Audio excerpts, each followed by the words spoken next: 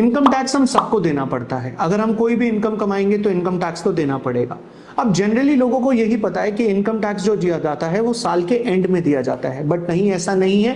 कुछ लोग ऐसे होते हैं जिनको साल के बीच में भी इनकम टैक्स देना पड़ता है और उस टैक्स को बोला जाता है एडवांस टैक्स। क्या आप लायबल तो नहीं है एडवांस टैक्स पे करने के? क्योंकि अगर आप लायबल हैं और आप पे नहीं कर रहे हैं तो आपको बाद में जाके उसके ऊपर इंटरेस्ट पे करना पड़ सकता है। तो चलिए इस वीडियो में मैं बताऊंगा कि एडवांस टैक्स किसको देना पड़ता है, तो एंड तक जरूर देखिएगा। विदाउट वेस्टिंग टाइम चलिए शुरुआत करते हैं आज का वीडियो।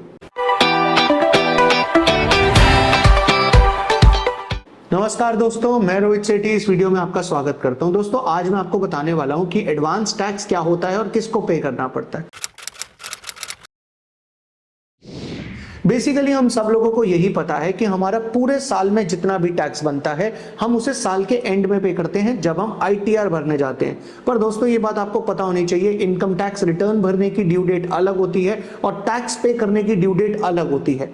अगर आप टैक्स डिले पे करते हो, यानी कि थोड़ा सा लेट टैक्स पे करते हो, तो आपको इंटरेस्ट देना पड़ता है। कितना इंटरेस्ट, इस वीडियो के एंड में जरूर बात करेंगे। लेकिन बात यह आ रही है कि अगर हम इंटरेस्ट नहीं देना चाहते और इंटरेस्ट को बचाना चाहते हैं तो कायदे से हमें एडवांस टैक्स पे करना चाहिए। लेकिन उससे अराइज होता हमारा सबसे पहला क्वेश्चन कि किसको एडवांस टैक्स पे करना जरूरी है। तो दोस्तों इस क्वेश्चन का आंसर ये है कि आप ना नॉर्मल अपनी स्लैब रेट से एक बार इनकम टैक्स कैलकुलेट करिए। इसका मतलब ये हुआ कि चाहे न्यू टैक्स रिजीम हो चाहे ओल्ड टैक्स रिजीम हो, आप सबसे पहले अपना इनकम टैक्स नॉर्मल तरीके से कैलकुलेट करिए और आप ये देखिए कि आपका इनकम टैक्स पूरे साल में बनेगा कितना। लेट्स से एक बंदे की सैलरी है 10 लाख रुपए, ठीक है जी, और वो ओल्ड रिजीम फॉलो करता है, तो ओल्ड रिजीम के केस में उसकी 2.5 लाख तक सैलरी क्या हो गई, एग्जाम्प्ट हो गई। बाकी बची उसकी 7.5 लाख रुपए, उसमें से 50,000 को उसको स्टैंडर्ड डिडक्शन मिल गया। अब जो अमाउंट बच गया उसके ऊपर उसको टैक्स देना पड़ेगा। अब वो इस टैक्स को कैलकुलेट करेगा। इस टैक्स को कैलकुलेट करने के बाद लेट्स से एक एग्जांपल लेते हैं कि उसका टैक्स आया 1 लाख रुपए। अब इस 1 लाख में से अगर उसका 80,000 रुपए का टीडीएस कटा हुआ है तो बाकी कितने बच गए, 20,000। दैट मींस उसको 20,000 डिपॉजिट कराने गवर्नमेंट को। अगर दोस्तों ये अमाउंट 10,000 से ज्यादा है, याद रहे टीडीएस माइनस करने के बाद अगर आपका टैक्स पे करने वाला अमाउंट 10,000 से ज्यादा है तो इसका मतलब यह हुआ कि आपको एडवांस टैक्स पे टाइमली पे करना है। अगर आपका अमाउंट 10,000 से कम है, लेट से आपका टैक्स बनता था 1 लाख जिसमें से 95,000 आपका टीडीएस कटा हुआ है, दैट मींस अब आपका टैक्स कितना बनता है, सिर्फ 5,000। तो इसका मतलब ये हुआ आप एडवांस टैक्स पे करने के लिए लायबल नहीं है, आपको पे नहीं करना। तो सिंपल वर्ड्स में बात करें तो जिसका टैक्स पूरे साल में 10,000 रुपए से ज्यादा बनेगा टीडीएस माइनस करने के बाद, वो पे करेगा एडवांस टैक्स। लेकिन इसमें गवर्नमेंट ने एक बंदे को छूट दे दी है। कौन से? जो सीनियर सिटीजन है, जिनकी एज 60 प्लस है। अगर आपकी, आपके फादर या आपकी किसी भी नोन में एज 60 प्लस है और उनकी बिजनेस से कोई इनकम नहीं है, बिजनेस के अलावा कहीं से भी इनकम हो, बिजनेस से इनकम नहीं है, तो उनको भी 10,000 से ऊपर होने के बाद भी टैक्स पे, एडवांस टैक्स पे करने की जरूरत नहीं है। अब पॉइंट ये आता है कि ये एडवांस टैक्स आपको पे करना कब है। एडवांस टैक्स पे करने की टोटल 4 ड्यू डेट्स होती हैं, 15 जून, 15 सितंबर, 15 दिसंबर और 15 मार्च। 15 जून तक आपका पूरे साल में जितना भी टैक्स बनता है उसका 15% आपको डिपॉजिट करवाना होता है। उसके बाद आती है 15 सितंबर। 15 सितंबर तक आपको 45% डिपॉजिट कराना है, 45%। इसका मतलब ये नहीं है कि 45 पूरे का, सुनिएगा मेरी बात ध्यान से। लेट्स से आपको लगता है कि आपका पूरे साल में टैक्स बनेगा 1 लाख रुपए टीडीएस माइनस करने के बाद। अब 1 लाख का 15% होता है 15,000 रुपए, वो आपको 15 जून तक डिपॉजिट कराना है।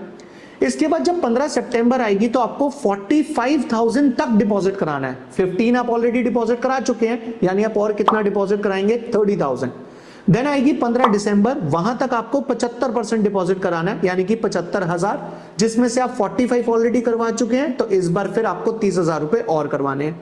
और इसके बाद आएगी आपकी 15 मार्च, जहां तक आपको पूरे 100% टैक्स डिपॉजिट कराना होता है, यानी 1 लाख, जिसमें से आप 75,000 ऑलरेडी डिपॉजिट करा चुके हैं, यानी कि लास्ट इंस्टॉलमेंट आप 25,000 रुपए की और पे करेंगे। लेकिन इसके अंदर आपको एक बात ध्यान रखनी है, अगर आप अपनी प्रिजम्पटिव टैक्सेशन स्कीम में जा रहे हैं, यानी कि आप सेक्शन 44AD और 44ADA में अपनी इनकम टैक्स रिटर्न भरते हैं। अगर आप जानना चाहते हैं 2 सेक्शन क्या होते हैं तो आप इस आई बटन पे क्लिक करके देख सकते हैं वीडियो, मैंने पूरी वीडियो बनाकर बताया हुआ है कि 44AD और 44ADA में क्या होता है। लेकिन अगर आप इन दोनों सेक्शंस में आप रिटर्न फाइल करते हैं तो उस केस में आपको अपना 100% टैक्स 15 मार्च तक डिपॉजिट कराना होता है, उससे पहले की ऐसी कोई ड्यू डेट नहीं है। लेकिन यहां से क्वेश्चन अराइज क्या होता है कि इन केस मैंने एडवांस टैक्स सही डिपॉजिट नहीं करवाया या फिर मैंने डिपॉजिट ही नहीं करवाया तो क्या कॉन्सिक्वेंसेज होंगे। कॉन्सिक्वेंसेस सीधे साधे हैं। क्या आपको दो सेक्शन में इंटरेस्ट देना पड़ेगा। पहला सेक्शन है 234B और दूसरा सेक्शन है 234C। एक एक करके एक्सप्लेन करता हूं। सबसे पहले बात करते हैं 234B। 234B में आपको दो केसेस में इंटरेस्ट देना पड़ सकता है। पहला केस, आपका एडवांस टैक्स बनता था, आपने पे नहीं किया। दूसरा केस, आपका एडवांस टैक्स बनता था, आपने पे भी किया, लेकिन वो पेमेंट जो थी वो 90% से कम थी। फॉर एग्जाम्पल, आपको लगता था कि आपका टैक्स बनेगा 1 लाख, आपने 1 लाख पूरा का पूरा पे कर दिया, लेकिन जब लास्ट में आके अपना सेल्फ असेसमेंट टैक्स निकाला तो वो टैक्स बन गया 1,20,000। 1,20,000 का 90% होता है 1,08,000, लेकिन आपने कितना पे किया हुआ है 1 लाख, दैट इज 90% से कम है। तो अगर आपका 15 मार्च तक 90% से कम एडवांस टैक्स आपने पे किया है असेस्ड टैक्स का, तो उस केस में आपको 1% पर मंथ का इंटरेस्ट देना पड़ेगा जब तक आप अपना टैक्स पे नहीं कर देते। याद रहे, अगर आप 15 तारीख को भी पे करोगे तो वो पूरा मंथ गिना जाएगा।